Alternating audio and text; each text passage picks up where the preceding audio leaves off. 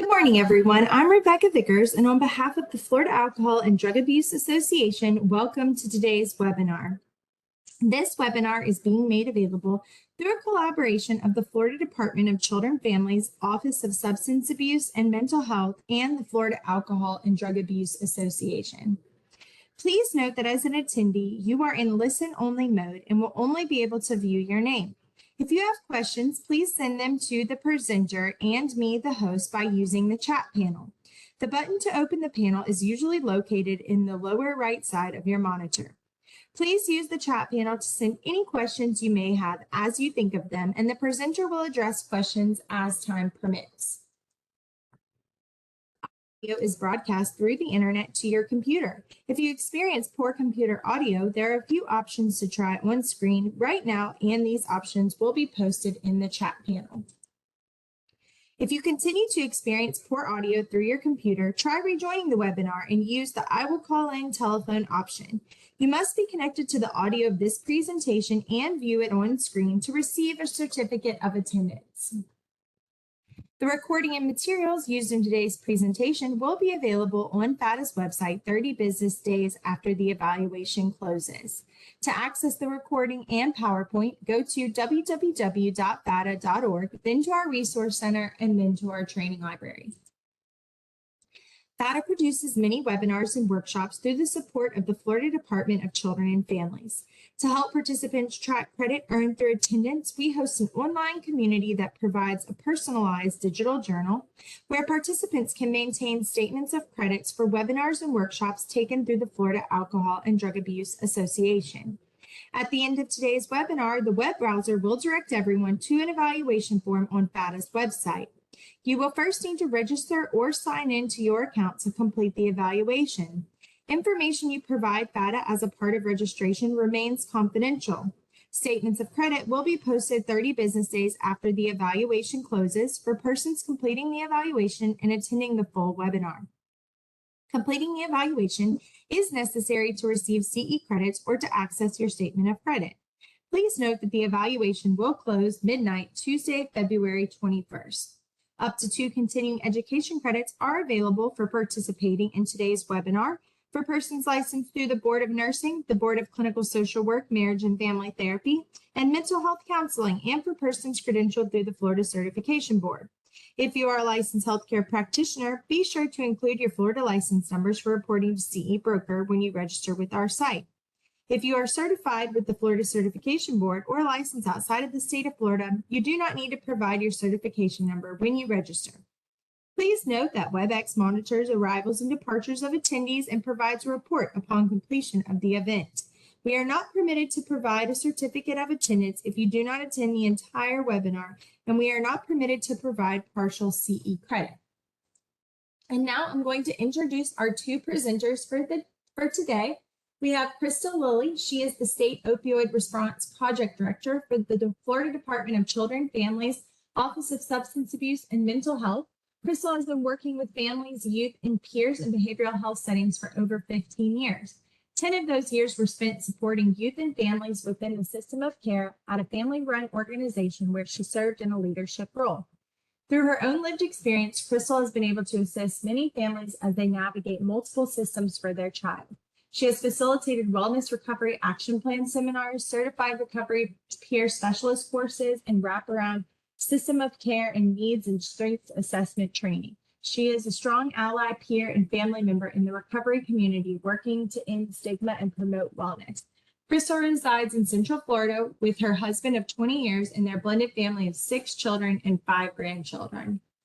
Sarah Shepard is a statewide recovery integration specialist for the Florida Department of Children and Families, Office of Substance Abuse and Mental Health. Sarah has over a decade in recovery from co-occurring challenges and devotes her passion and energy to improving the lives of at-risk families, children, and individuals with behavioral health conditions. Sarah is trained in strengthening families, protective factors, community cafes, early childhood development, adverse childhood experiences, recovery capital and recovery management principles, and harm reduction. Her work involves integrating recovery-oriented behavioral health services through collaborative partnerships and strategies with a focus on wellness, recovery, and healing. As a mom of four, Sarah believes in the value of recovery and peer support and has experience working to navigate Florida's multi-tiered, multi-layered behavioral health system for her children as well as other mothers. And now I'm going to turn the presentation over to you, Crystal. Thank you very much. Welcome everyone to the Family Supporting Families, the Importance of Peer Support for System Navigation workshop. All right, I'm trying to, sorry. We just had a wonderful introduction by Rebecca. Thank you so much for those kind words for both of us.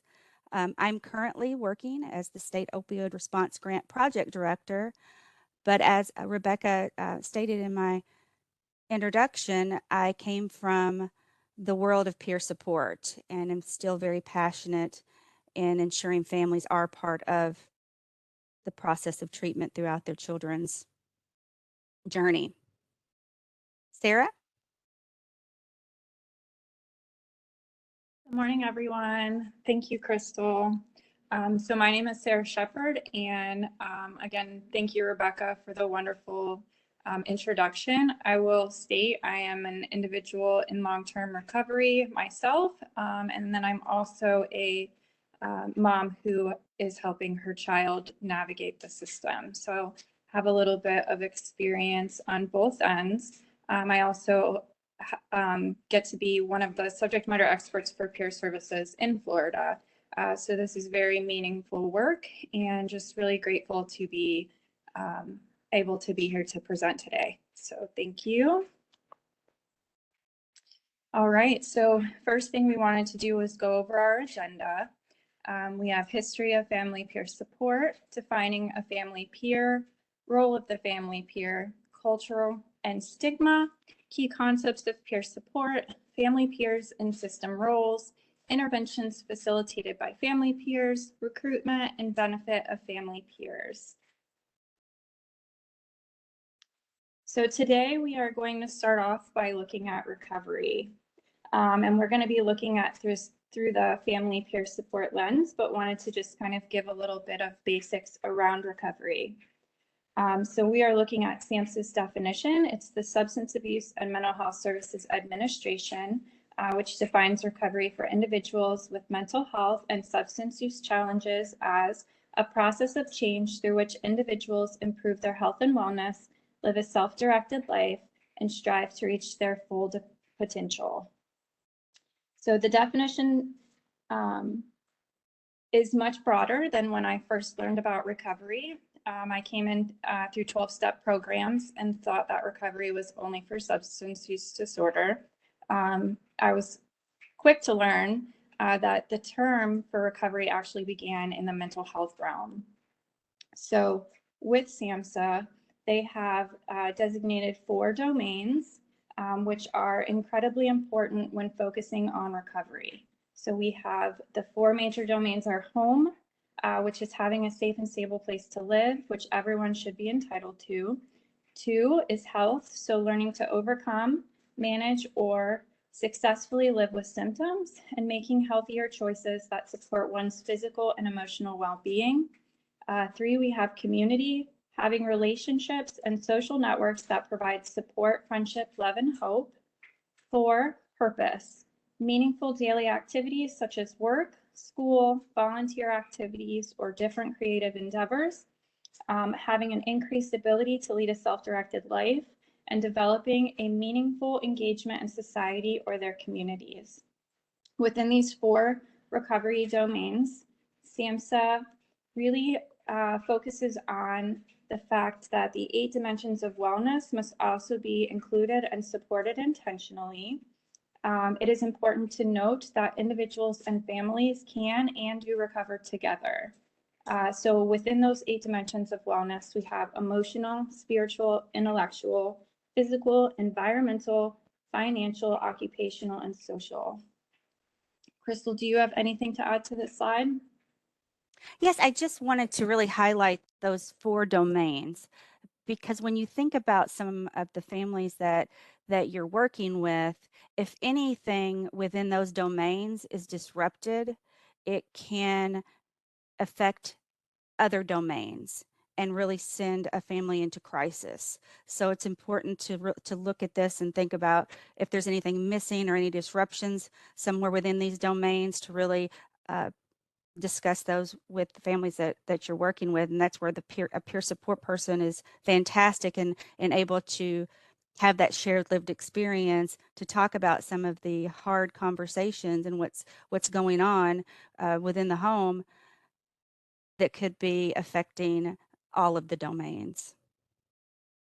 Absolutely. Thank you. And for me, it was really important to note that just being abstinent from substances was not necessarily recovery for me. So I wasn't necessarily always focusing on my wellness, which was also really critical. So I think sometimes we have a perception or a misperception on what recovery actually is. And so all of these pieces are really important when looking at recovery in someone's journey. All right, so we have a system of care, which is defined as a spectrum of effective community-based services and supports for children and youth with or at risk for mental health or other challenges and their families, that is organized into a coordinated network, builds meaningful partnerships with families and youth, and addresses their cultural and linguistic needs in order to help them to function better at home, in school, in the community, and throughout life. And then when we look at ROSC, so ROSC is a recovery-oriented system of care, and the central focus of a ROSC is to create an infrastructure or system of care with the resources to effectively address the full range of substance use problems within communities. A ROSC is a coordinated network of community-based services and supports that is person-centered and builds on the strengths and resilience of individuals, families, and communities to achieve abstinence and improved health, wellness, and the quality of life for those with or at risk of behavioral health challenges. ROSC has the overarching goal of supporting our service delivery structure, how we treat individuals and their families, and it should be the lens in which we are creating and providing our services through. Anything to add to that, Crystal? No, ma'am. I think on the next slide, I have the definition up right here, just so everyone can have a look at that. And the reason that we are showing you and talking about these differences is that my lived experience and work experience has been through the lens of system of care for children's mental health. And Sarah's has been through ROSC. So when we are talking about other things within this presentation, my lens what I'm talking about is coming through that lens of working with children within the system of care. And we just wanted you guys to be aware of those differences, which they're very similar. They mimic each other, where the system of care for children's mental health is just specifically discussing children and families, but our children grow into adults. So then that's where we need to think about supports that are outside of the children's system. When you look at this definition, it's really talking about services and supports that should be organized into a coordinated network, building on meaningful partnerships with families and youth, that they should address the cultural and linguistic needs, because all of our families are very unique. My family is very unique. Sarah's family is very unique. So we all have different needs that need to be addressed so that we can help the family achieve the goals that they have set for themselves. Do you have anything, Sarah, that you want to add? No, thank you. These are the core values of system of care, that it's family driven and youth guided, that you're focused on the strengths and needs of the child and family, determining what types of services and supports should be options. And it's not just traditional services, but really thinking outside the box of what is going to be the best options. That it's community based, as well as system management resting within the supportive adaptive infrastructure of structures, processes, and relationships at that community level. That it's culturally and linguistically competent with agencies, programs, and services that reflect the dynamics of the community and the population that you're working with.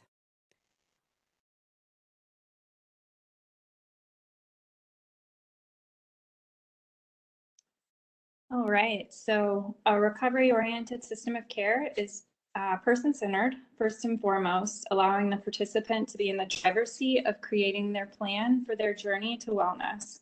All of these values listed on this slide are cross-cutting to all systems, and they may all look different when we look at the needs or expectations and wants of an individual. Individuals are more likely to engage in a plan that they have chosen for themselves than when plans are dictated to them. When I was a person receiving services for myself, these looked different than when I was trying to support my child navigating the system. At different points on my own journey, the needs fluctuated based on the increase of protective factors and recovery capital within my life, as well as depending on the system I was receiving the services from. I have received services from multiple systems within the state of Florida: child welfare, behavioral health, and the criminal justice system. And my particular needs all look different, and the supports that they all had to offer varied. However, we have a system that has historically been delivering services in a cookie cutter, one size fits all fashion. Some services offered were expensive. I had to pay a lot of money, and I was trying to, afford housing and food for the children. And so there were times that I chose not to engage in a meaningful way.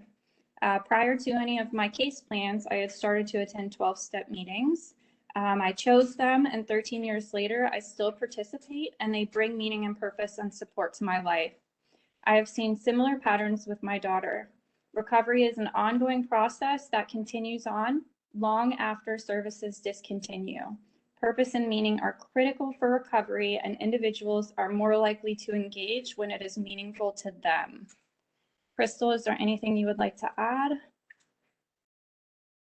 No, there is not. Thank you. When looking at the history of family peer support, it started back in the early 80s when there was a published article on unclaimed children, the failure of public responsibility to children and adolescents in need of mental health.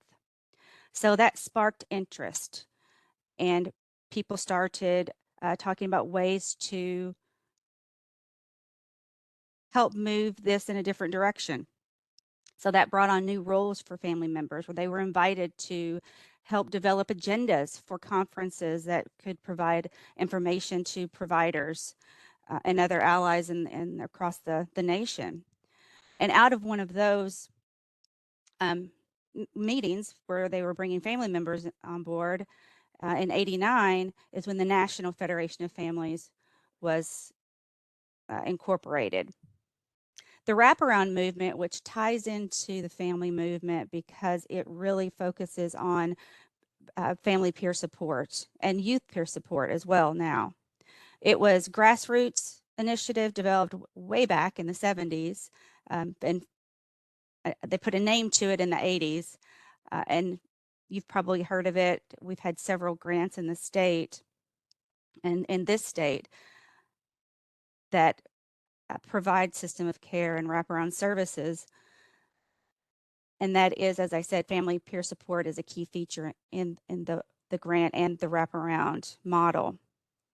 And it really connects the support, treatment and interventions, community resources, and providers with one plan to organize all the services and supports.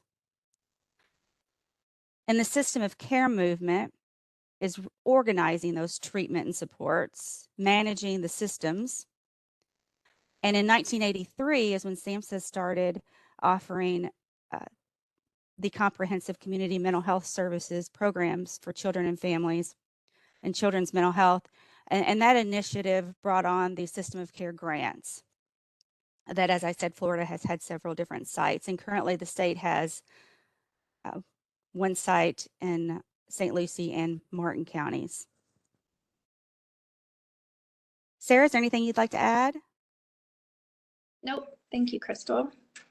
And during any of this presentation, please, if you have any questions, put them in the chat and we will filter those either at the end or when we have a moment to address them. All right, so we're looking at the definitions or differences, similarities between peer support and certified recovery peer specialists. So the value of lived experience is unparalleled, and quickly it's becoming a large trend in Florida to implement peer support throughout all of Florida's systems. With the rapidly growing expansion of peer services all over the country, and again, definitely here in Florida, it's important to have some clarity around the title of peers. So we currently have split this up into 3 different sections. So we have a peer, who's defined as an individual who has lived experience of a mental health and or substance use condition. I will let you know that with the expansion, the rapid expansion of peers, they're looking actually even beyond substance use and behavioral health. In some of our child welfare system, we have, and we'll get into titles later, but parent partners, they might be supporting parents whose children have been removed, right? So, and we know that those removals can be domestic violence, there can be other causes for removal. So, but peer is really defined as the individual who's utilizing their lived experience to help another. We have peer support. So that's defined as a system of giving and receiving help founded on key principles of respect, shared responsibility, and mutual agreement of what is helpful. And we do tend to see a lot of peer support groups out there, and peer support groups range, from behavioral health to parent support groups.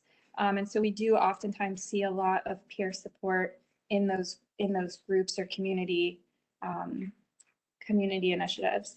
So then we have certified recovery peer specialists, and a certified recovery peer specialist is defined as an individual who self-identifies as a person who has direct personal experience living in recovery from mental health and or substance use conditions.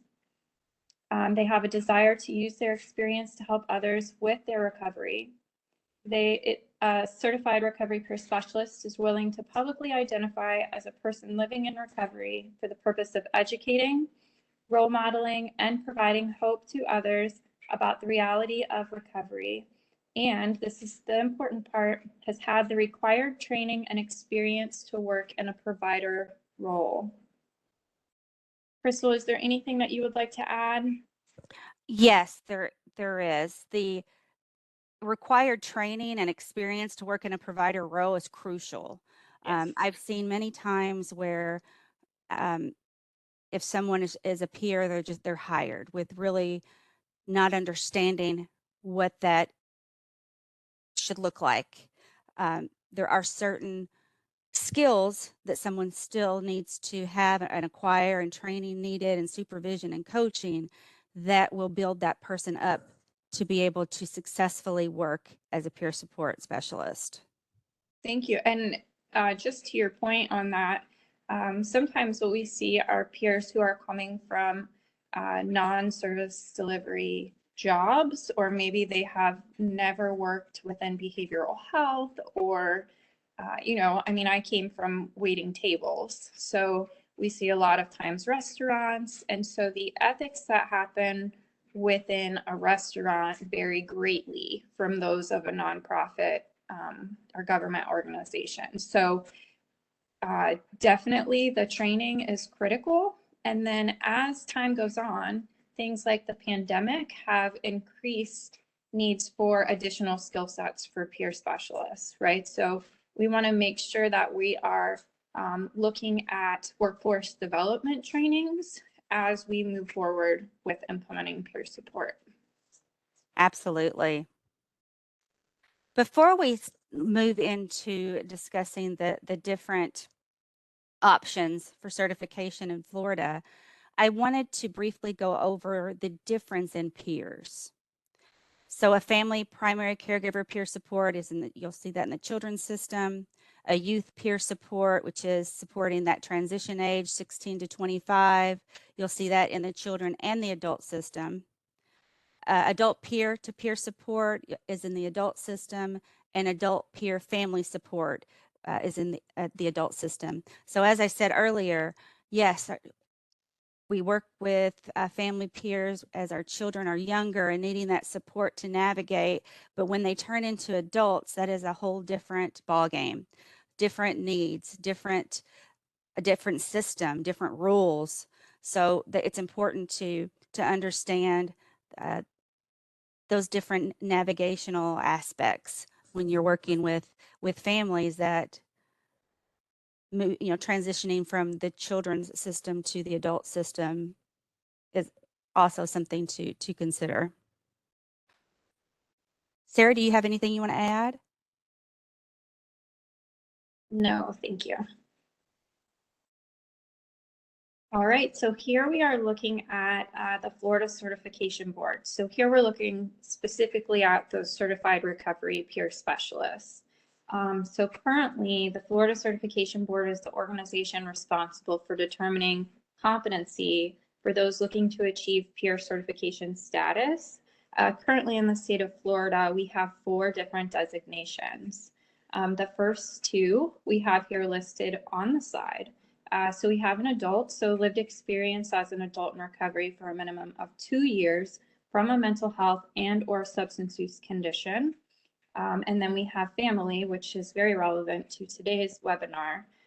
Lived experience as a family member or caregiver to another person who is living with a mental health and or substance use condition. And here we have the veteran designation. So veterans have lived experience as a veteran of any branch of the armed forces who is in recovery for a minimum of 2 years from a mental health and or substance use condition. And in Florida, we also have the youth designation. So youth would be any individual between the age of 18 and 29 at the time of applying for the certification, who have lived experience as a person who between the ages of 14 and 25 experienced a significant life challenge and is now living a life of wellness and or recovery oriented lifestyle for at least 2 years. So this can include system intervention like foster care or having been through the system through DJJ. So there is no real definition as to the experience. It just must be a significant life challenge and now is on their way to wellness. And I just want to clarify, so even though you have to apply for the certification between the ages of 18 and 29, once you have obtained that certification, you may continue on with it. So it doesn't just stop at the age of 29. Crystal, do you have anything to add? I do. I'm going to go back to family, but I want to thank you for bringing that up with the youth certification, because I know when I was doing the training, there were lots of questions surrounding what happens when I turn 30. So that's great information. So going back to the family endorsement, if you are considering hiring family peers, make sure you are looking at the experience to match your population. If it is working with adults or transition youth, or if we're talking about younger children, because parenting as a younger child or parenting your own child is going to look different than someone who has supported their brother or sister or their aunt or mother, because it's a different systems. There's the school, so there's IEPs at the school. It just looks different, and that's something just to keep in mind to make sure you're considering your population when you are selecting those individuals.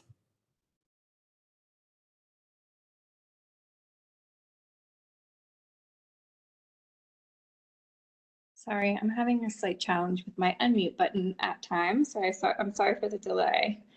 So here we're looking at some of those familiar titles or positions.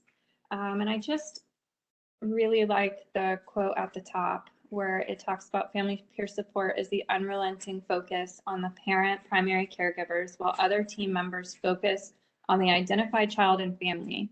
And I'll say some of the challenge that we oftentimes see is that the parent wants us to work with the child or give them the answers for the child. And really our goal with family peer support is to provide meaningful support to the family member, so it can be very overwhelming. So family peer support is the complete focus being on the caregiver again, while everyone else focuses on the child. So some of the different titles you may have heard that call for a family peer specialist, we have here listed. So you have a family peer specialist, a family partner, a family navigator, or a parent support partner. So these are oftentimes some of the most common titles for family peers. Crystal, do you have anything to add? Yes. I love that information at the top as well, because it's also, when we're talking about families, we're really talking about the caregiver of the identified person that needs that support. Sometimes it's grandparents. There are several grandparents that have found themselves in situations where they are now raising their grandchildren who have mental health needs. And that's a very specific population with specific needs. And there are also single family homes, single parents. There are other relative caregivers that are working to support their nieces and nephews, cousins. So it's when we're talking about families, it's really the caregiver. So I'm really glad that that's highlighted here in this information. We have a question that I just popped up that is relevant to this slide. Would this also include kinship navigators? I'm not sure what the job description of the kinship navigator is. I would think so. If they are a peer and they have that experience with that population, then it would depend on your employer and how they consider what they consider that role to be. Sarah, did you have some more information? I think it's very similar to what we are talking about. So it is an individual who has navigated the system who continues to help other family members navigate the system for kinship care. So yes, and again, we kind of talked about in the beginning that this is a rapidly expanding role. So peer support, just in Florida in general. And so you will see different names depending on the system and different criteria, but the main piece is that lived experience, having the lived experience and sharing it with another individual on their journey.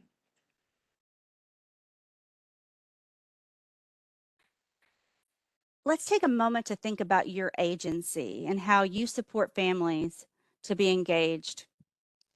Level 1 looks at it individually at family involvement, that families are participating in family therapy or other services. They have support groups that are run by staff or clinicians, and surveys are provided that allow families to give their input. Level 2 looks at family engagement, that families have options and input on services.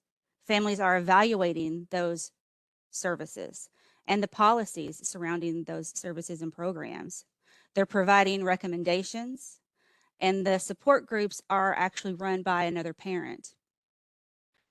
And then at level 3, organizational is looking at the family-driven partnership with providers. If there are treatment teams, family peer support is part of that team. Families are part of all aspects across the organization, decision making. They have leadership roles within the organization or on the board of directors. And families are actually initiating programs. I can give an example of families initiating programs and services and what that looks like. While I was working under a system of care grant, we had different committees and meetings talking about gaps in services in the community.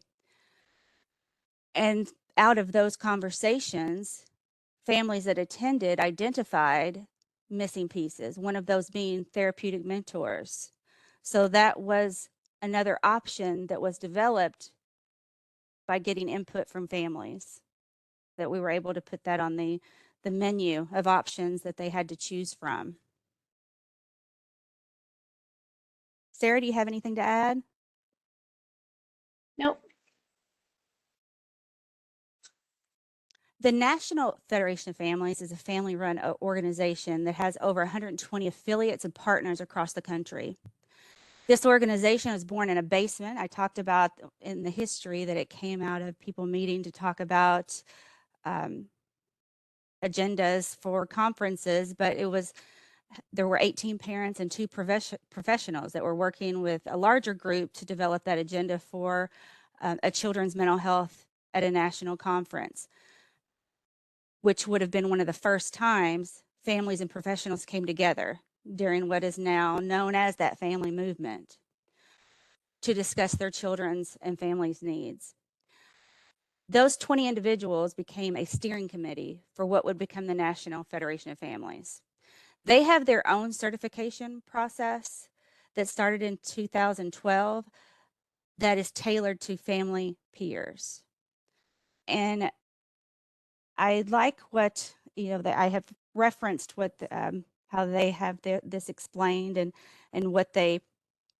how they work with families, that the certified family peer specialist can articulate lessons learned from their own lived experiences parenting a child or those emerging adults, that they have specialized training to assist and empower families that are raising children who are experiencing emotional development, behavioral, substance use, or mental health concerns. They partner with child and family serving systems to improve family outcomes and strive to eliminate prejudice and discrimination. They also bring families and youth to the table so that their voice is heard and that they are part of their treatment, their planning. Sarah, do you have anything you want to add? Just that I know you mentioned the different training for Federation of Families in particular, and just to note that there are several different trainings that satisfy the requirement for the Florida Certification Board. The National Association on Mental Illness has one. The Department of Children and Families has one. And currently in Florida, there is a lot of autonomy in developing those curriculums. So I did just want to mention that as well. Thank you. I think I saw a comment, but I don't see anything in the chat. Do you see it?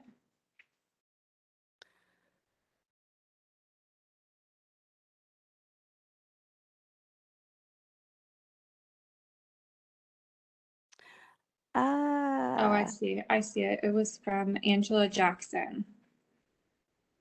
So I'm starting to see some of them. Sorry. No, it's okay. Fine. Go ahead. Crystal and Sarah, just so y'all know, I just reminded everyone in the chat, and I'm going to say it again.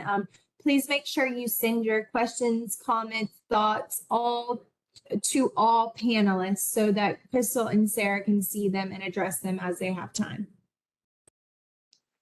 Thank you. And I did see there is a comment from David Romano on what training models are there for peer support specialists. We don't get too in depth in that over during this webinar presentation, but at the end I can give you my contact information and we can discuss that a little further if you would like.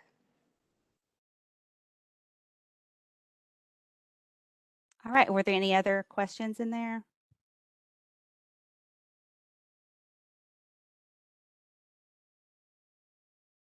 None at this time. Okay. The National Federation of Families defines the role and scope of work as empowering families to advocate for their children, supporting and assisting families to navigate multiple agencies and systems, The work is strength-based and built on mutual learning from common lived experience and coaching that promotes wellness, trust, and hope. Hope that things can get better, they will get through this journey. Increase in communication to make informed decision and increase self-determination. Identify and develop advocacy skills, coaches, parenting, self-care, and wellness skills. A family peer specialist can share insight on things they learned from parenting their child that worked, what did not work, and what they wish they had tried. They can talk about self-care and wellness and the importance of a parent practicing self-care. That is often the most overlooked item when you are in the depths of a crisis with your child, that you stop to really think about what your needs are. And that's an important role of the family peer specialist. They're focusing on that caregiver and how they can help them focus on themselves. This, because self-care is crucial, because if the caregiver is not doing well, no one within that family is going to stay well. The caregiver is driving that bus. Provide community resources and increase the use of both formal and natural supports. And formal support, I'm so sorry, I got tongue-tied. Formal supports are those that are paid to be there. And natural supports are friends, family, neighbors, a pastor, people that are not paid to be there. We want to, we want to reduce that family isolation. As a family member, that is one of the most alone times that I had in my life when I was going through everything. I didn't have a peer specialist. I didn't know anything about the mental health system or the school system. And it was very isolating when you are trying to make excuses. You think it's your fault of why everything is happening, why your child is acting this way, a lot of blaming and not wanting to go out with other families or your friends' children because they are acting quote normal, where your child is having some needs that you don't even know about at that time. The family peer specialist can get families involved in activities with other families with common lived experience, so they know that they are not alone. They can see that other people are going through similar challenges on similar journeys of their own, and they can support each other. That is something that I have seen myself, watching families grow together, watching them go to meetings to support each other. Instead of me going as a peer specialist, they were attending these school meetings to support each other. So it's amazing to watch that grow as they support each other and build their natural supports amongst themselves. Sarah, do you have anything to add?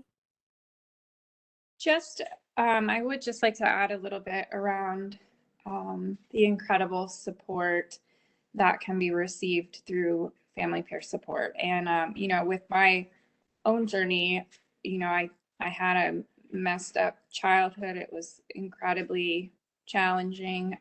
My ACE score, if you know what the adverse childhood experiences are a 10, and I could count some of those additional options really. And so coming into recovery as an individual was difficult and challenging all in itself, right? So I'm in recovery with co-occurring challenges. And though I found substance use recovery first, it was my mental health that really was something that I needed to work on for me in order to sustain meaningful recovery in my life.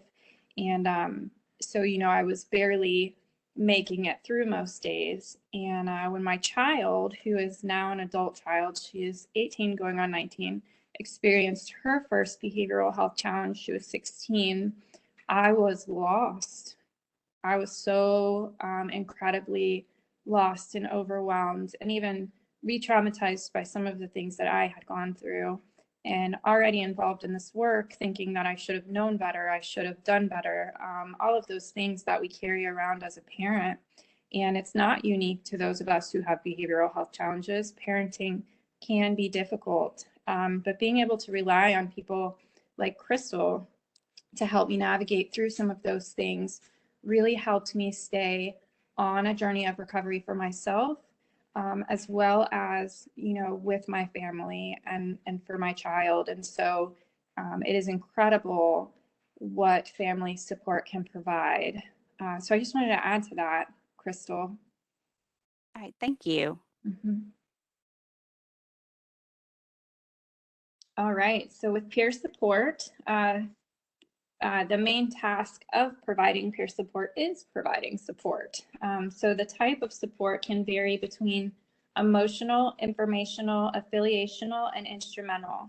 Often the primary support a peer will give is emotional in nature, with peer specialists demonstrating empathy and compassion while remaining honest and non-judgmental.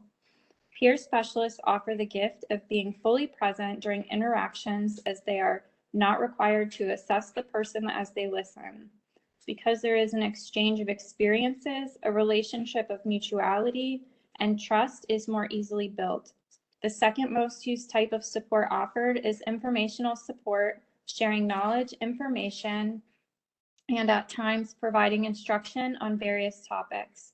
While many clinicians may be aware of resources, peer specialists are often seen as able to offer more credible and up-to-date information than professionals. Peer specialists have likely had to navigate multiple systems and faced wrong doors, and can offer practical tips to overcoming barriers to their peers. Learning how to manage their own condition so that they can manage their life is unique informational support that the peer specialists can provide. Many peers are also trained in wellness or support programs and can offer classes or trainings on these topics as well. Affiliational support provided by a peer helps to facilitate learning of social skills, build community, and give a person a sense of belonging. Illness and addiction can disconnect a person from society during pivotal years when social skills are often learned. Peer support around these issues helps counter feelings of loneliness, rejection, discrimination, low self-esteem, and frustration. A person's life can become limited to being an addict or a mental patient. Peer specialists can be powerful bridges to connect people back to a community. Connection through shared experience and in expanding support systems have a healing effect. Peer specialists may also offer instrumental support by giving concrete assistance to help accomplish tasks, such as providing transportation to access a community or social service. This task should be kept to a minimum so that the focus on the unique gifts a peer brings to emotional, informational, and affiliational support. So I just want to state with all of those, with all of the understanding of what those pieces of support are and what they mean and how they can be applied. When I started, when I was young, my challenge was that, I felt like I couldn't emotionally regulate. But at a young age, I didn't know what that meant, and I didn't have parents who understood mental health. And so, when I picked up substances, that calmed that inability to emotionally regulate, and it made me feel, included in something. And so a lot of my journey was about self-medicating. When my child came to me when she was 16 and she told me she felt crazy, I had the knowledge to sit with her and say, honey, you don't feel crazy. You're having a challenge with regulating your emotions. Of course, she rolled her eyes. She was 16, but we were able to kind of move forward.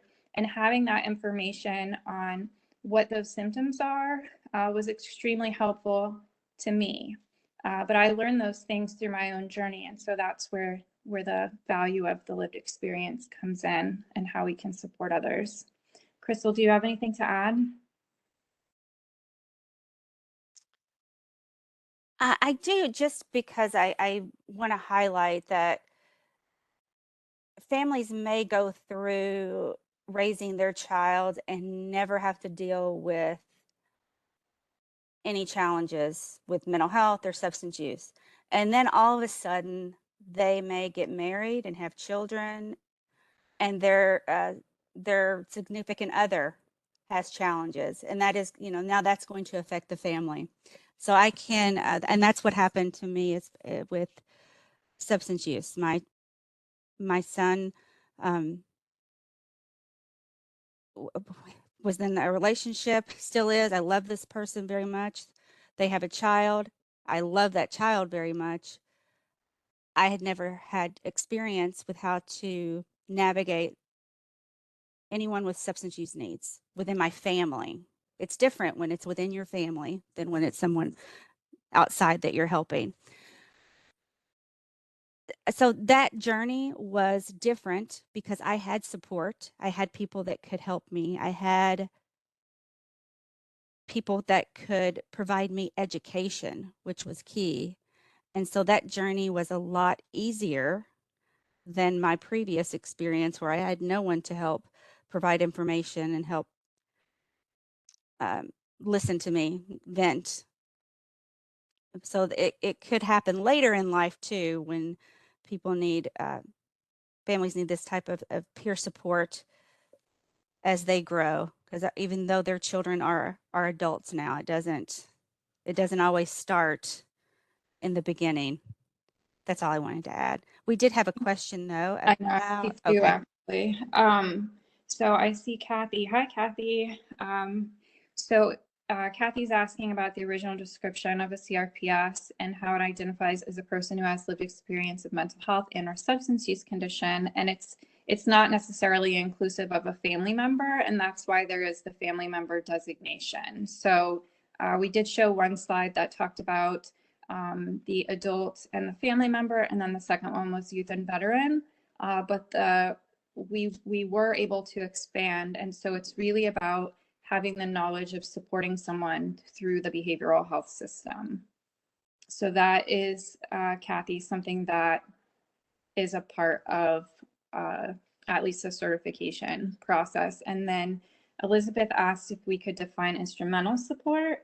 So I'm going to go ahead and just explain what that is. So peer specialists offer the instrumental support by giving concrete assistance to help accomplish tasks. So say an individual is writing a recovery plan and their goal is to go to work, right? And they don't have transportation. There are times when a peer can rally within the organization for some type of funding to help them with a bike or bus passes. Sometimes people need concrete needs. They need help with meeting basic needs, right? And so at times an organization may have the opportunity to pay for rent or electricity, some of those types of things. We know that until an individual is in the process of meeting their basic needs, they're really unable to engage in the treatment aspect of the journey, right? So meeting basic needs is critical. And so sometimes as a peer, we do have the opportunity to provide those additional supports, but they shouldn't be necessarily ongoing or forever. The instrumental piece is really to help give them a step up. And then would love to change the initial description to include the additional designations. Well, and Kathy, there is no just one definition of a certified recovery peer specialist, at least not here in Florida. We do have the 4 definitions. So, and really the one thing that is across the board for all designation is having that lived experience to help support others. So the designations would just vary based upon what your experience is. Crystal, do you have anything to add to that, to those questions? Yes, just to expand on where you said none of this should be, or instrumental should not be ongoing, because none of this should be ongoing. The minute a family peer starts working with the caregiver, they're working themselves out of a job. They are building, helping build them up to where they can advocate for themselves, be self-sufficient, they can get their needs met. So we want to meet people where they are. If in the beginning they may need a lot of intentional, intense support, and then Yeah. again, they may not need, you want to work it where they don't need that type of support any longer, where they're able to do these things on their own. I have another example of this, that this is a family that was so close to my heart. Going in, nobody wanted to work with this grandmother. She was hard. she was mad. Um, if you've worked in the social work field for very long, I know you've heard someone say, "You're not doing your job." They're not doing their job. I've heard it a million times. They're not doing their job. That was this person, this grandparent, because she was so frustrated and no one wanted to deal with her. So I worked with her. I met with her over a couple of years span. Um, and then all of a sudden she didn't need me anymore. She was writing emails. She was CCing everybody. She was not angry. She was putting facts and, not leading with facts and not emotion when she was advocating for her grandchildren. And every time she would thank me, all I did was listen and talk to her about organizing her thoughts, little things like that that helped her not need that type of support anymore. Yeah, you're right, Crystal. It's about helping to empower the individuals to be able to do things on their own, but sometimes support is needed in the beginning. And Mm-hmm. a lot of times I worked in dependency, so that's where my first role as a peer was. And we would see peers or see individuals who are receiving services that needed their rent paid several times in a row. And sometimes that's a real need when you have a parent who is trying to pay everything else and take care of their children, and that's what the court utilizes to determine parental, competency so that the kids can come home. Sometimes several payments or several instrumental supports are necessary, right? It's just, are they kind of moving forward, and are they receiving, are they learning how to kind of be able to do those when the services end? Because we don't want to also create a codependency, right? Like there's this need for the person to stay connected for forever, because like we were just talking about, it's about moving them forward out into the community and them being able to kind of do those things on their own. Crystal, there was one more comment. So how do you handle a situation where the peer support specialist has completed all the required training for certification, but they are unable to sit for the certification test due to having outstanding criminal case fees? So I just want to let you know this is an ongoing issue and I don't have an answer for you. I can tell you that each year in the state of Florida, our legislators are working to decrease barriers to becoming a peer support specialist. So we are currently in special session, getting ready to be in legislative session again. And I know that there are some bills where they continue to update the language to break down those barriers, most notably 282, I believe. So you can follow along with that. Or there are opportunities for advocacy through several different advocating organizations who are working to support peers. So it is something that is a barrier, and it remains a barrier due to the way things are outlined in statute, but we are currently moving forward. There's an expungement process too, isn't there? There is an expungement process. I'm not exactly sure how that would be supportive of this. We have the exemption from disqualification. We removed several disqualifying offenses, but when it comes to the fees, those can provide a challenge if an individual is trying to just get by. And we know that it is not easy. It's costly these days to just kind of be able to provide for yourself. And if you have a family, even more costly. So it's those fees that tend to be the challenge. And for myself, I'm just going to be transparent. I had several large fees that I had to pay. And the truth is, for me, is it was almost like an amends that I was making. So once I was able to pay those fees, once I was able to complete all of my sanctions, it was a peace that it brought to me internally on my own recovery journey.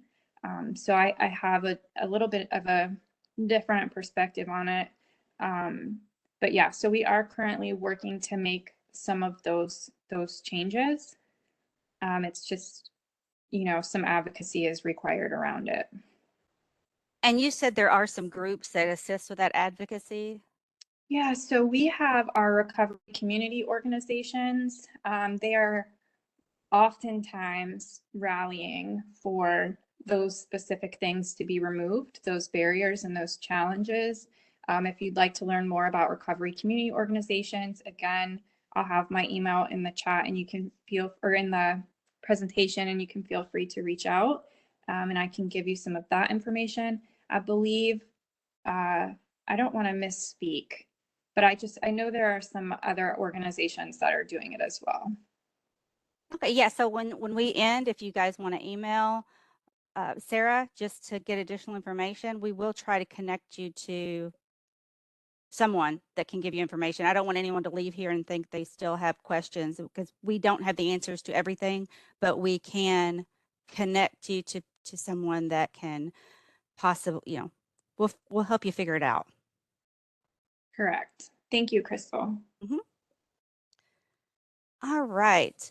I believe Rebecca is going to take control of the presentation for a minute so that we can show you this brief video.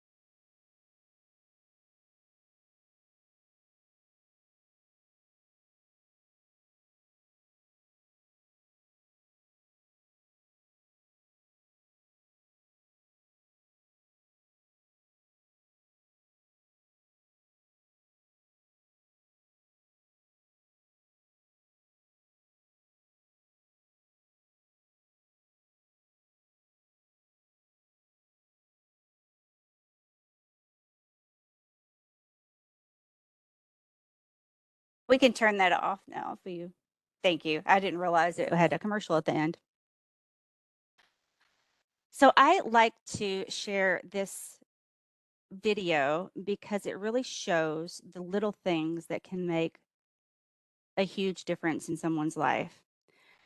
I have never been thanked tremendously for putting in a request for larger things, I guess, with funding, but I've been thanked so many times for answering the phone. Thank you so much. I don't know what I would have done without you. I didn't do anything. I just answered the phone because they just needed someone to talk to. And it's those little things that can be meaningful to someone that is in the midst of a crisis in their family when they just need someone to talk to. So we are going to take a 5-minute break, and then we will come back and finish our presentation. Okay, everyone, we will meet back here at 11:11.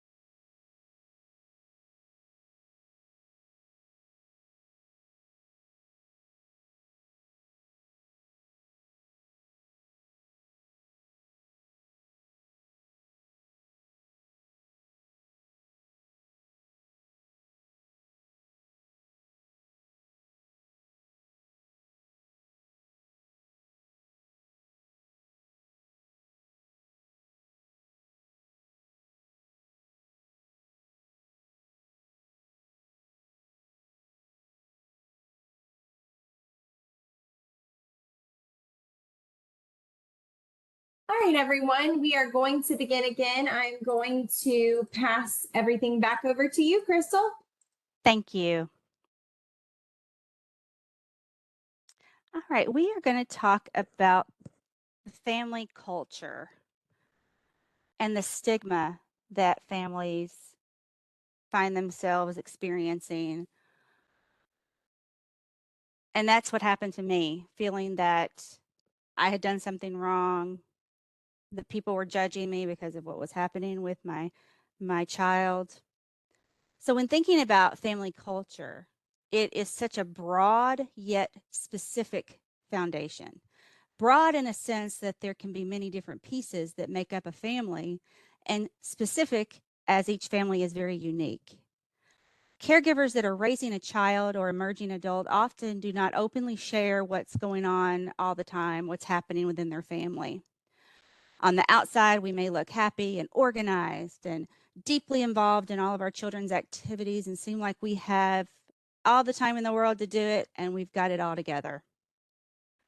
What we do not show others is what's going on underneath it all, the chaos, the fear of things not getting better, feeling overwhelmed, feeling guilt that we did something wrong, second guessing every parenting decision, and feeling so much shame. There's so many different emotions tucked away as we wake up each day to start over. And that's the things that we just don't see with people that we are caregivers that we are supporting, or caregivers that are going through a crisis, maybe not even getting the support that they need.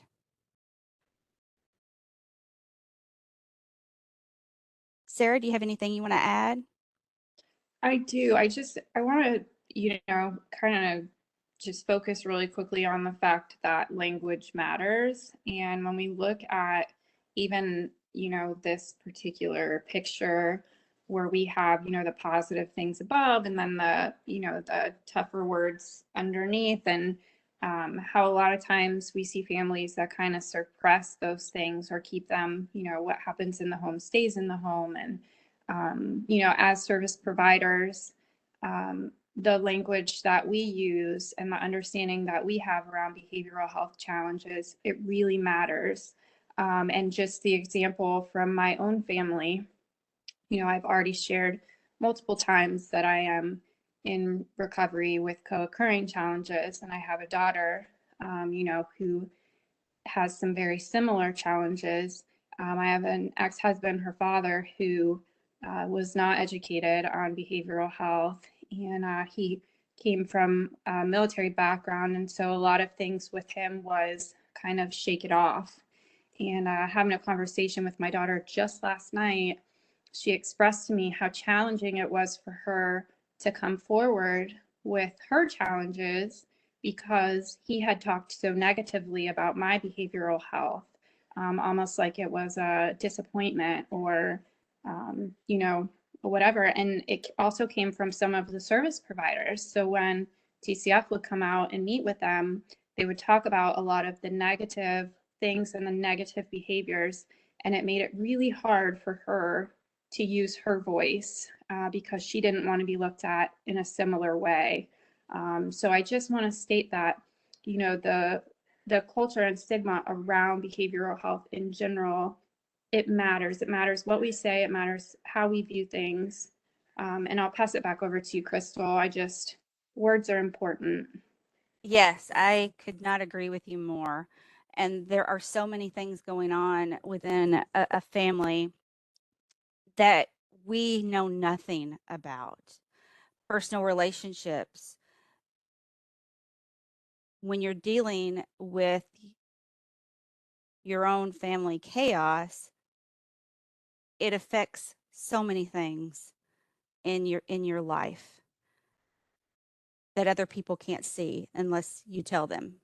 And that's always not something you just want to share with everyone.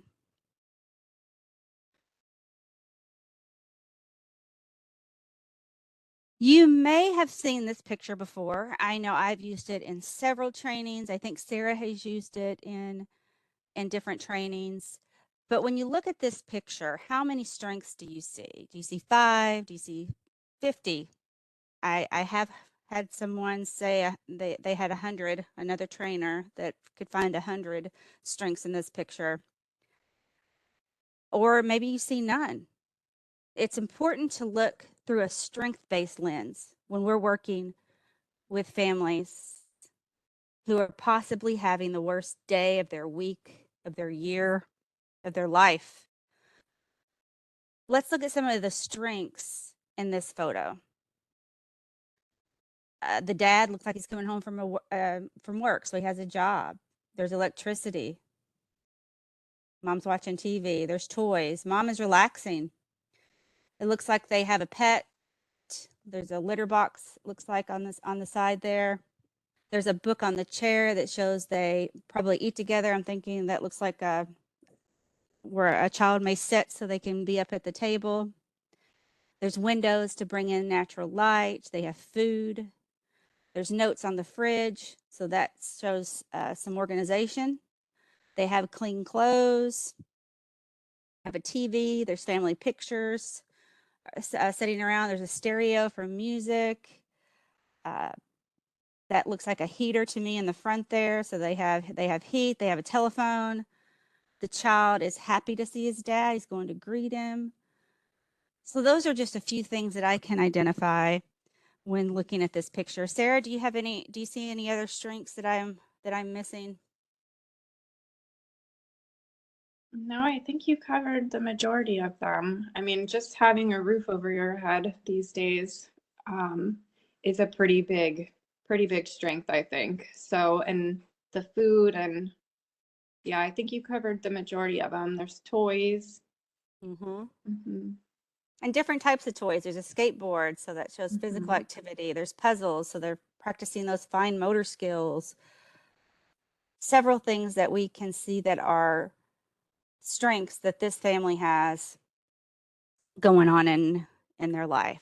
So that's just as words are important, it's important when we're walking into a situation to meet people where they are, judgment free, and looking for the strengths that they have in order to meet their goals.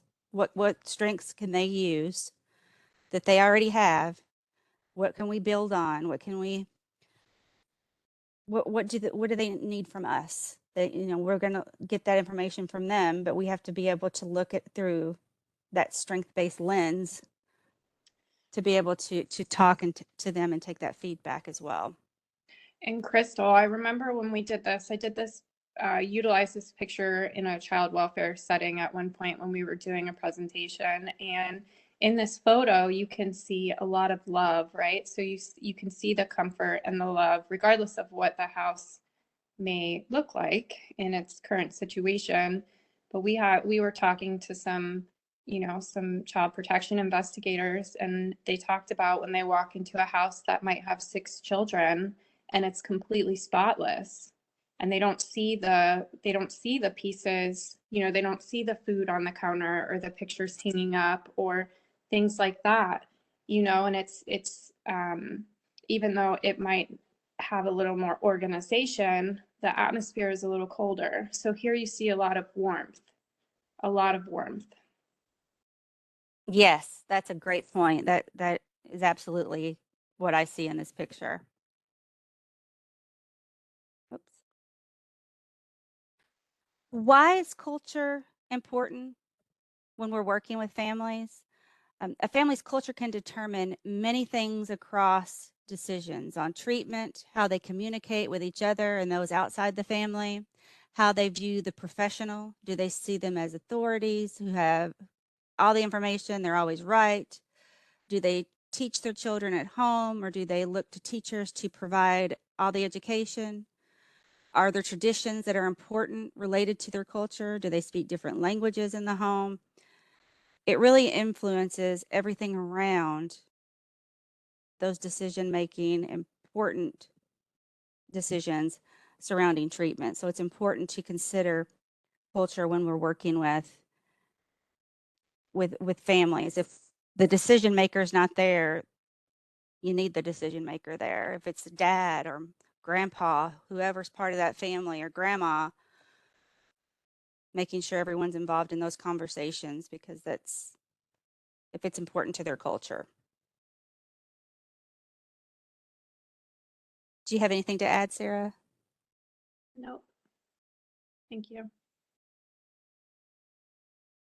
All right, so here we're looking at the key concepts of peer support. So trauma-informed, certified recovery peer specialists or peers recognize that individuals may have experienced trauma in their past and that our words should not traumatize those we are supporting. Resiliency. So resiliency is when a peer models strength and resiliency and recognizes that our language helps to support a positive mindset. Again, that just kind of shows what we were just talking about with the picture. Hope. Certified recovery peer specialists and peers can help instill hope in others through sharing their lived experience in recovery, and through their words can support individuals as they embark on their own journeys of recovery. And again, person-driven. So certified recovery peer specialists or peers support an individual's pathway to recovery by decreasing stigma, by utilizing strengths-based, person-centered language. So when I was delivering services as a parent partner at Healthy Start, which was my first role in our behavioral health system, we learned a lot about resiliency and just how resilient people often are. My role was to support individuals whose children had been removed as they embarked on their journey of recovery and regaining or maintaining custody. Oftentimes, by the time an individual came into our services, they were either in complete denial or they really just hated themselves and felt unworthy. Both scenarios often played out that the individuals were just so full of fear, and it felt as if nothing was going to go right and they couldn't do anything right. At that time, I had a director who was very familiar with recovery. And one thing she pointed out to me was that resiliency was a protective factor that all individuals who walked through our door had. They kept showing up no matter the feelings or the costs, no matter what adversity they faced, both internally and externally. And as a peer support worker, I took it as my mission to let everyone see just how resilient they were for just making it there. That was often the first time in a long time that many of the individuals that I worked with heard something good about themselves after the road that they had traveled. And I just want to state that this is the same when I work with family members. I receive a lot of calls from parents whose children are struggling. I get connected in the community, through my support groups, from work, all of the above. And one of the things that I tend to see by the time that I meet with these individuals is that they're in crisis and they're tired and they feel like they're not doing anything right or not getting anywhere. And so it's important for us to let people know how resilient they are, right? And sometimes, again, that's the first step in breaking down those barriers to engagement. Crystal, do you have anything to add? No, ma'am, I do not. All right, so here we are looking at some of the unique opportunities that peers can provide while utilizing their lived experience, which helps to reduce the fear of the unknown. So one of the things about peer support that we've noticed with it being able to help increase engagement is just that. It helps to remove the fear of what, our next step might be if we've never been there. And so the emotional response that can be felt when you're watching a loved one experience challenges can be terrifying all in itself. And then you add in the navigation of systems and their resources, and it can actually feel quite debilitating. So here we are looking at some of the different opportunities where family peers can provide support around advocacy and also with education.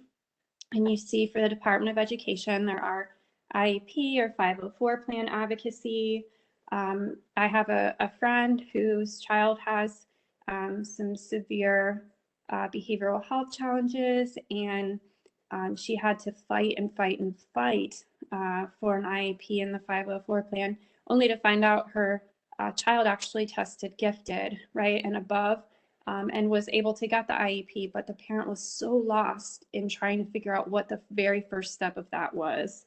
And then doors close quite often when you're advocating for certain things. And this parent had some support in being able to figure out where to go next when those doors would close. It also helps to bridge communication. In child welfare, you have the opportunity to advocate around parent and child rights, bridging communication between community partners, foster care, adoption, behavioral health. We have education and support around behavioral health conditions, advocacy around appropriate family-driven youth-guided treatment, and so many other things that actually can fall under behavioral health. And then the judicial system, there are some other opportunities that are kind of mimicked. So advocacy around individuals' rights, what are the parents' rights, right? And then what are some of the next steps that can be taken? Do you have anything to add, Crystal? I just share that working in the field as a peer, I have facilitated support through each one of these bullets as far as the systems. And I can't imagine if I'd had to do some of the work alone that were put on family members to do, trying to figure out. So it can be very complicated, and was very happy to be able to assist the caregivers that I was able to work with, but it's very much needed.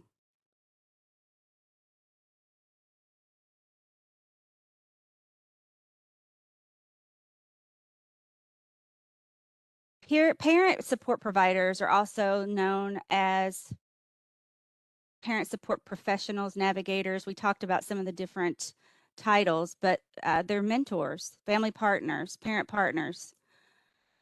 They can offer a wide range of assistance and support depending on the setting in which they work and the needs of the families that they serve. So the population being served, what the needs are, and what their lived experience entails. They offer that emotional connection because they've been there, they've done that, they've traveled their own journey, providing education on systems and strategies, and encouraging caregivers to really research and get their own education around different medications that are being prescribed to their child so that they can understand the side effects, what to look for. There's a lot of information that is required in order to make really sound decisions when you are the one making those decisions for your child. They can support for parents as they develop positive approaches and methods for addressing their family's everyday needs, which also includes making that time for self-care.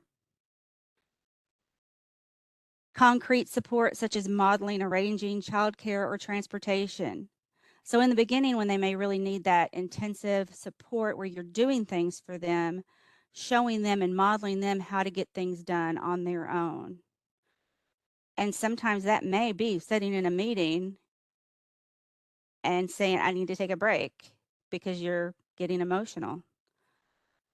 Modeling how to effectively advocate during meetings, or how to arrange transportation if they've never rode the bus before and they don't have a car now. So there's a lot of different supports based on what the need is that a peer specialist can assist with. And the peer support is also that living proof of they made it through their journey. Things did get better. I always share that my daughter went from one of my friends that met her when she was 11, I half expected to see horns coming out of your head, to I have the best relationship with her right now. She's 27, and we are so close now. It's such a different dynamic than where she was, and I never would have thought we would have gotten here. I would have thought when she was 18 she would leave and I may never see her again, because we just had that type of turmoil. So this, I am that living proof that things do get better. Things can and will improve. Sarah, do you have anything to add? No, thank you.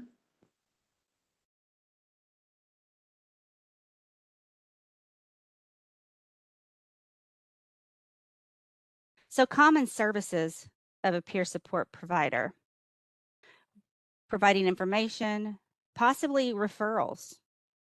We don't want a peer specialist to get caught into a case management role because that's not their role.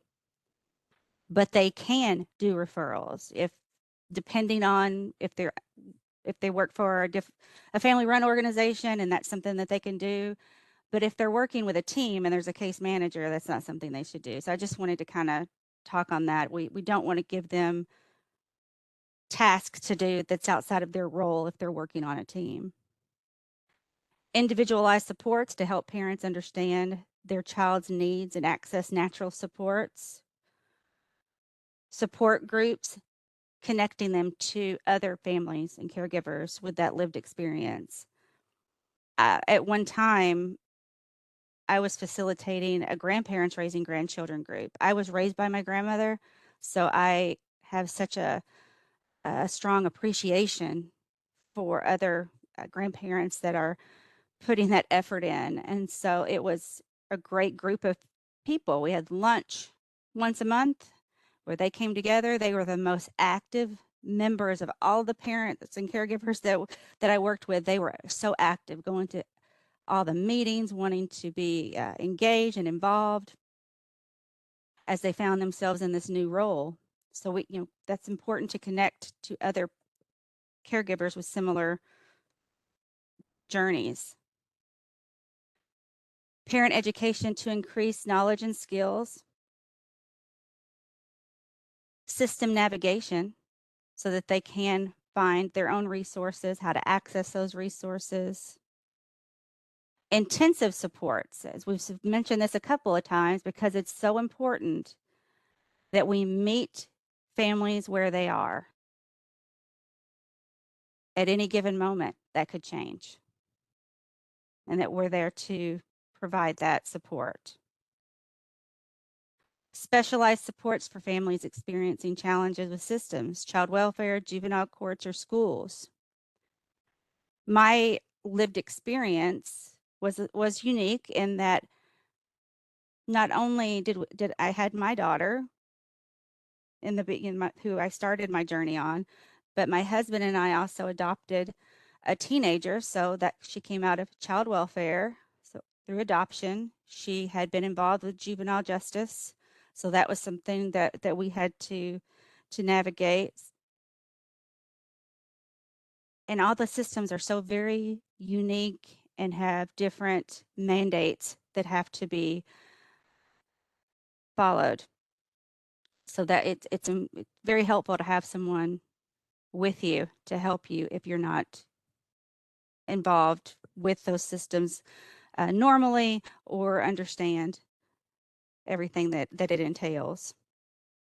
And social activities and events to bring families together, whether it's resource fairs.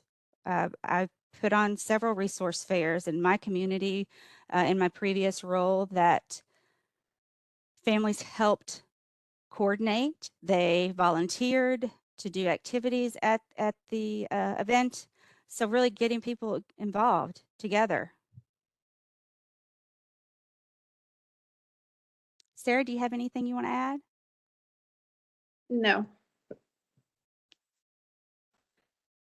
This is a very helpful snapshot that Fredla, the family-run executive director or organization, created to illustrate intensity levels of what it could look like working with a family. That least intensity of what that might look like, where it's education, information, maybe data collection and evaluation.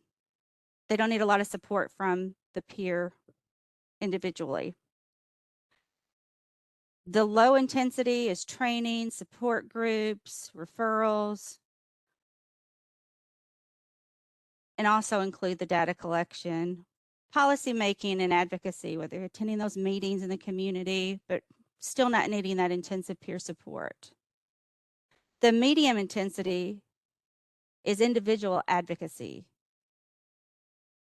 Parent peer support groups, they need care coordination. They may be participating in training. I had many parents and caregivers come to the Wellness Recovery Action Plan training so that we could talk about self-care. They could learn techniques. They could develop their own plan. Respite.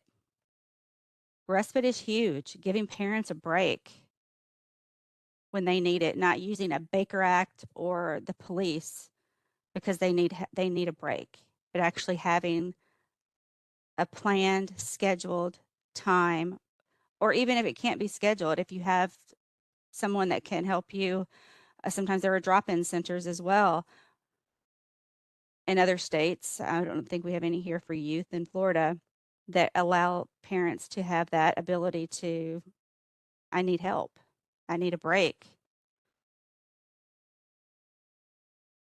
And then the high intensity,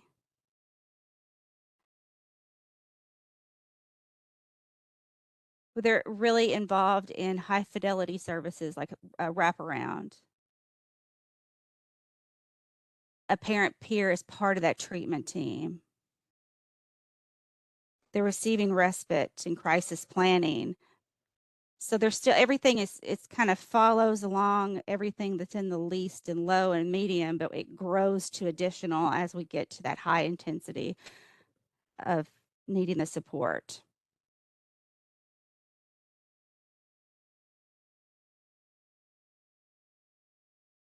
Sarah, do you have anything you would like to add to this? No, Crystal, I think that you did a great job.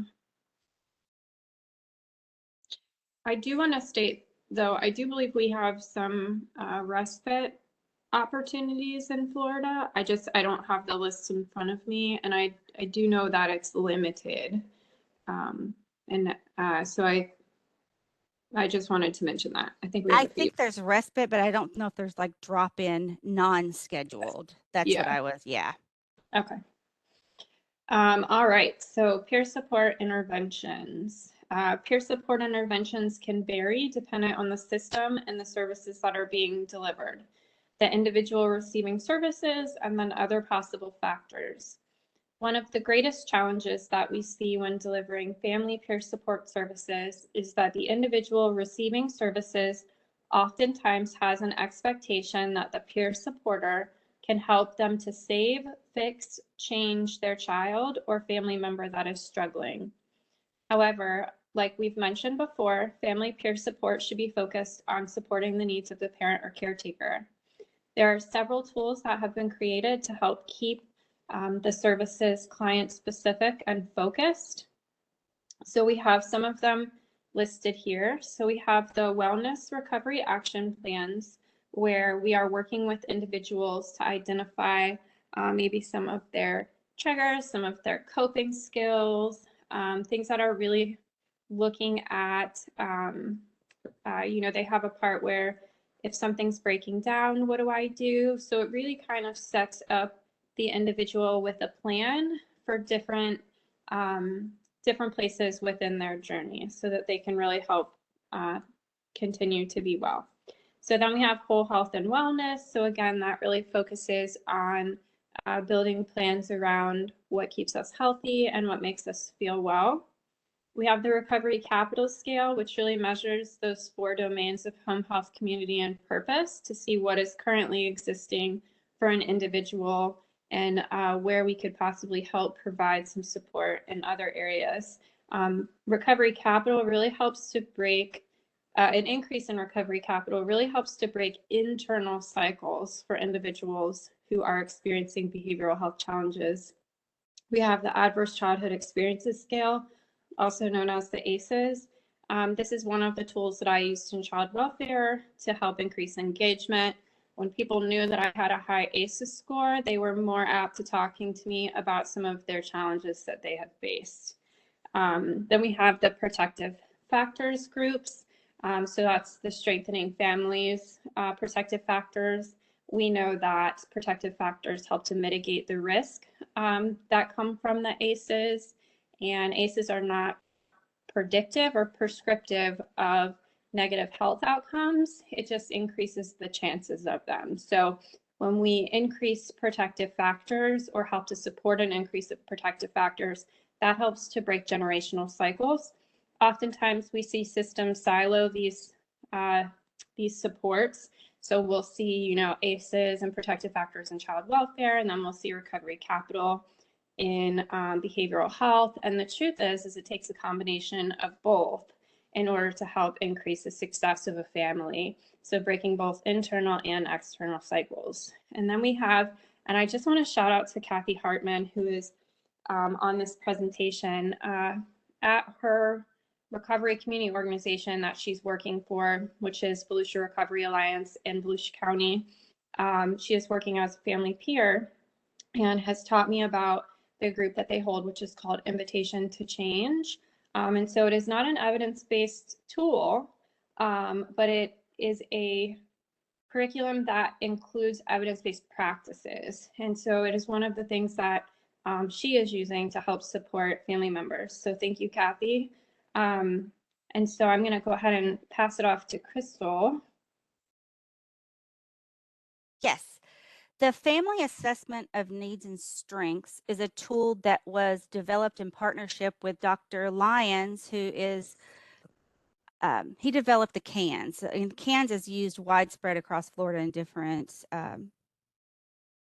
systems use it to collect data on the youth that they're working with as an assessment. That's the child's needs and strengths assessment. So he worked with a family organization in New York to come up with the family assessment of needs and strengths. And this is a 19-question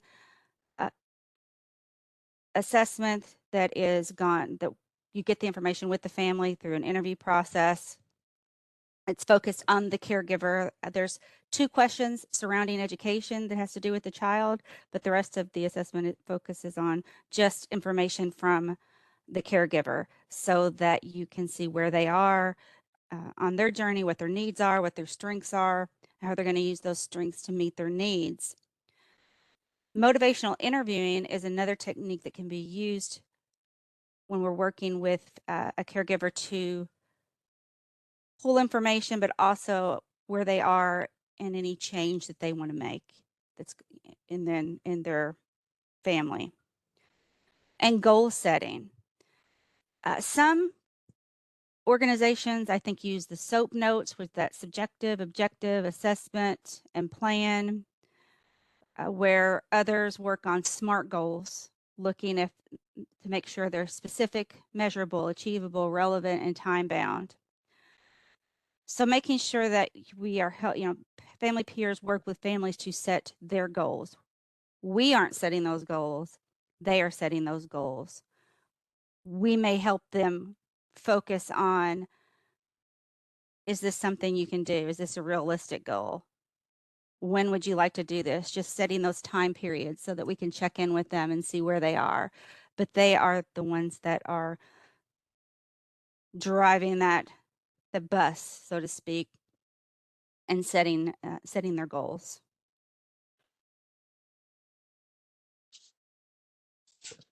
Thank you, Crystal. Mm-hmm. And so here we're looking at strategies to maximize the value of the peer role. So we have worked, and not just us, but there are tools that are currently developed to help support some of these bullet points. So with organizational readiness, it's really important to note that the organization is ready to employ peers. Reflective supervision is critically important when a peer specialist is employed at your organization.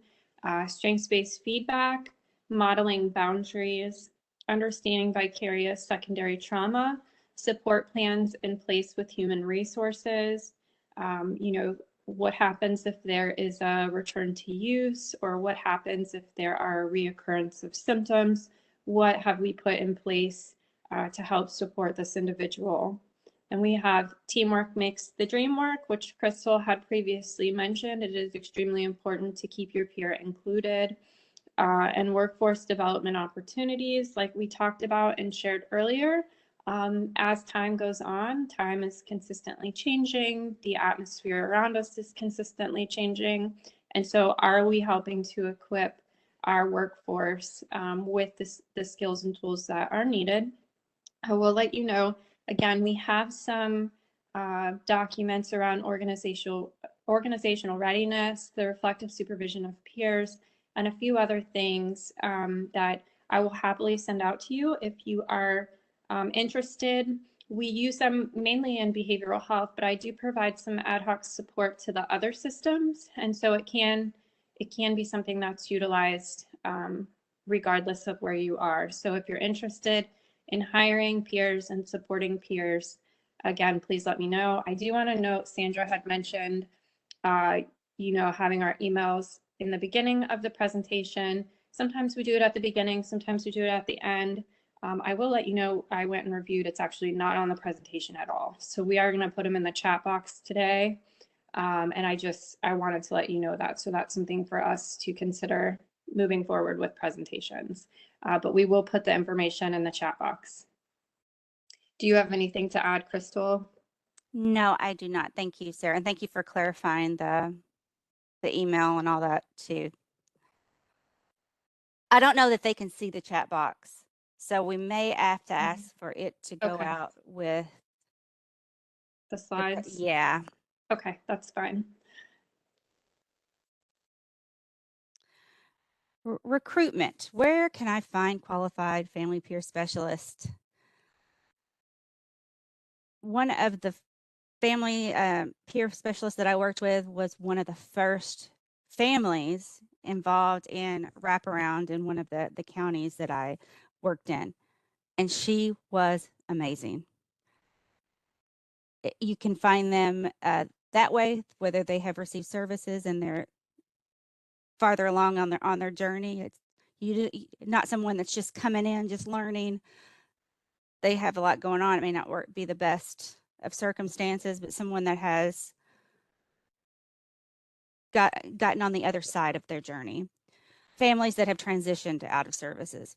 Strategic interviewing, making sure that you are very clear on the expectations and skills needed for this role. Looking at recovery community organizations, the RCOs, they may have people that they work with in the community that they can refer. Through NAMI or other mental health affiliates.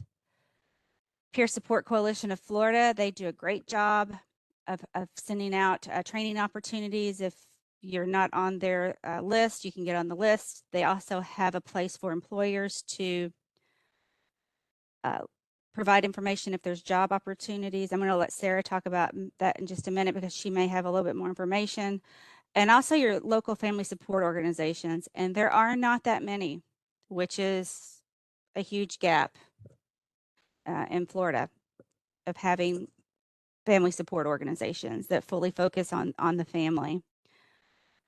Sarah, do you have any other information on the Peer Support Coalition and how to access their website? So for Peer Support Coalition, if you have a job opening, you can place it there. So like they have a spot, a place where there are job opportunities. So organizations just tend to send them the job role and then they post it.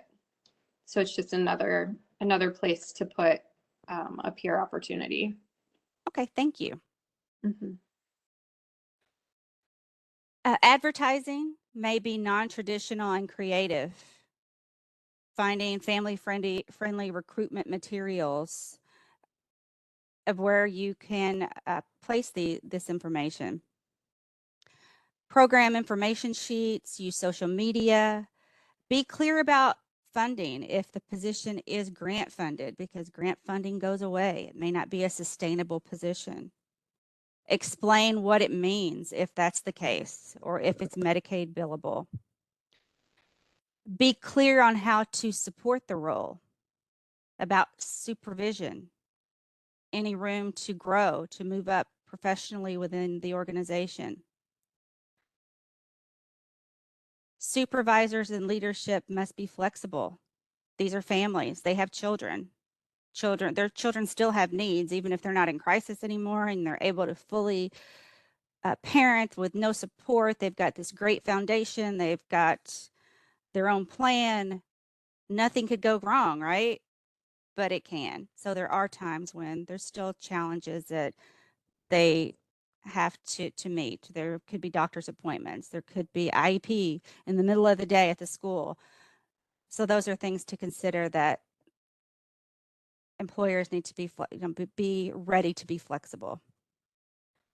Family peer specialists will need training and coaching. Do not assume intuition skills are enough. Don't assume they're going to know what to do because they're a peer specialist. They should know when a family needs that call back. They should know when they need to send resources. They need the training to make sure they're following the right protocols and understand boundaries, especially boundaries. Be sure the role is clearly defined and be clear about qualifications. And the next slide I liked because it showed a sample of a job posting.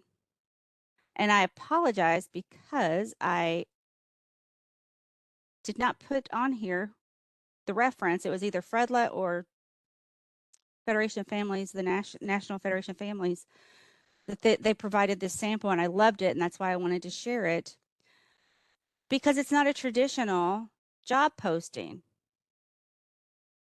I'm the parent of a child with emotional or behavioral challenges and have learned to navigate the system with my own child. I am able to use my own lived experience to support another parent and provide hope and guidance to other families through similar challenging circumstances.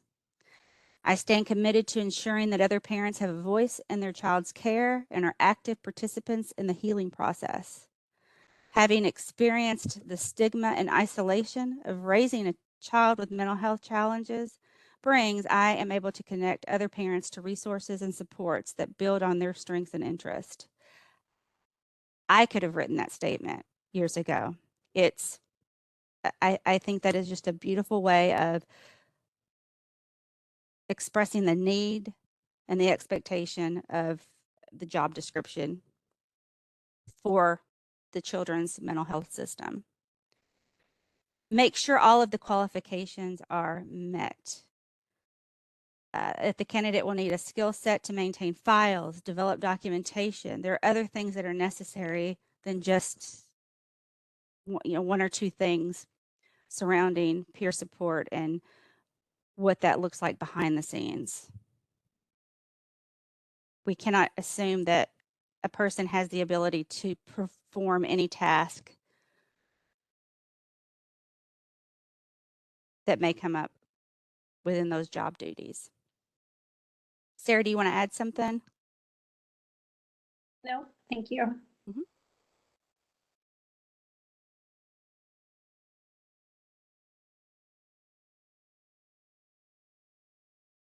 If you are working as a team, a family peer specialist is not the only supporter or provider with family perspectives. So we want to make sure these are things that we want to avoid. We don't want them to be a specialty service. They're not a token like arm candy at the Grammys. We want to make sure that we are using them appropriately, that they're there as a professional at the table, but they may not have all the answers. Their lived experience are their credentials, and they should be a valued member of the team and not seen as an assistant. Family peer support specialists who have been there, helped families who are experiencing loneliness by creating capacity to see themselves in others who have had similar experiences. While everyone can be supportive to families, not everyone can relate on this personal level. And that goes with any peer specialist credential. My dad's a veteran, my father-in-law's a veteran. I could absolutely support a veteran, but I don't know what they've been through. I can't effectively support a veteran. So making sure that we are connecting to the appropriate life experience when we're connecting with peers or peers to caregivers.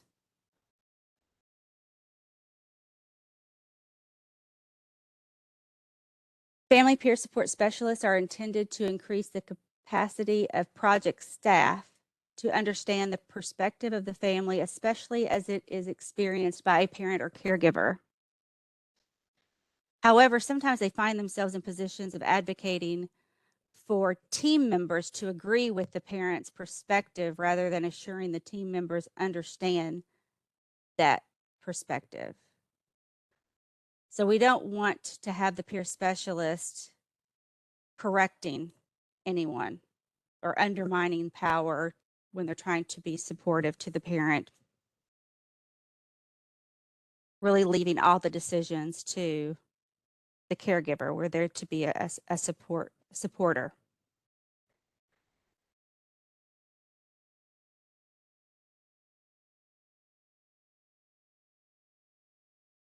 Creating meaningful roles for family peer support specialists rather than using them solely as a symbol of family involvement. And that is, if someone's just hiring one person because now we can check a box, we really want to build capacity for peer support and not just stopping at one.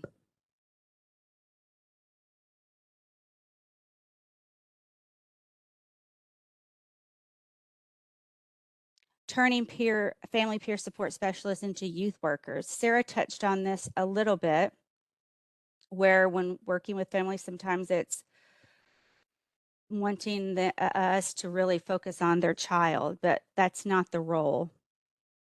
Working as youth workers, not there to help support that youth. They've got a whole team working with the child. The peer support specialist, the family, is there to support the caregiver.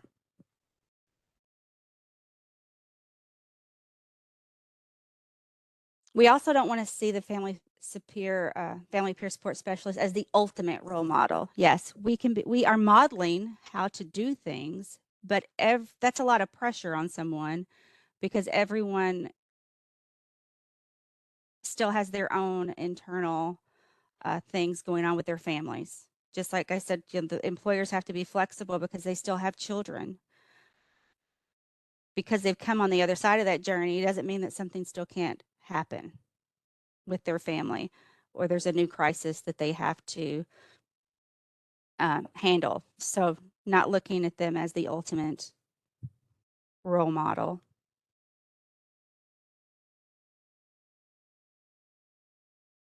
Do you want to add anything, Sarah? Nope, I think that was good. There was a question in the chat box about some clarity needed around something, but I just wanted to acknowledge that we saw the comment. We're just down to 1 minute and we still have a few slides. So we're gonna kind of continue on. Sharing just some brief research findings to really advocate for more parent partners or peer specialists, that they increase a sense of collaboration, receive skills training and support from parent support providers, helps family members collaborate effectively with professionals, increased empowerment to take action. They've got the education and skills, learning to advocate for themselves, empowered to participate in their child services, an increased sense of self-efficacy.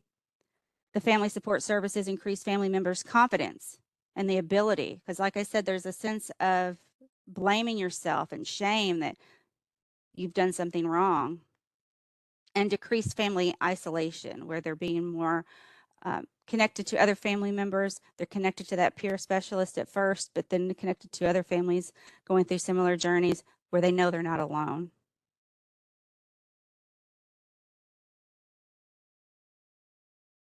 All right, so we're looking at some of the individual outcomes with peer support. So we have a reduction in caregiver stress, progress made on family member goals and satisfaction, academic attendance and performance increase, increased engagement in services, critically important, increased knowledge and understanding of mental health systems, services, medications, improved communication and quality of relationships, less hours missed at work due to child's needs. I will say, again, I mentioned a friend who had some struggles with her child, and one of the things that happened is it took so much time away from her job. She had to sit with her daughter all of the time, and she was a single mom providing for the children. So definitely challenging. And so it is a positive outcome when we can see that happen.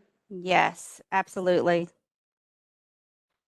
And then we also, Go ahead. No. sorry, system outcomes. So we have reduced siloed thinking, reduced duplication of services, an increase in cross-system communication, increased children in home with least restrictive care, and an increase in family involvement. And these are potential outcomes through systems that have, I think one was in New Jersey. If you want more information, National Federation of Families is where this information came from, but there's also links on there to the other sites where you can get more information about those system outcomes. I think we're going to skip this video, Rebecca, because we're out of time. It was just a parent support specialist. It was also a family member who received support. But we're going to move on because we have run out of time. These are our resources that will be attached to the PowerPoint when it is sent out to you. And again, if you have any questions, we're going to ask that our emails be sent out with the slides. Or is this in the slides that you'll be sending out? It is not. We actually don't email out slides. They come in the PowerPoint and then we post them with the webinar when we post it in 30 business days. So if everybody It's on wants here, to though. take the time to go ahead and grab their contact information and all of that right now, that would be great. And people are asking how they find a link to the video. They are all within the PowerPoint. So if you just pull up the PowerPoint, you can see the links to all the videos that were used today. Thank you, Rebecca.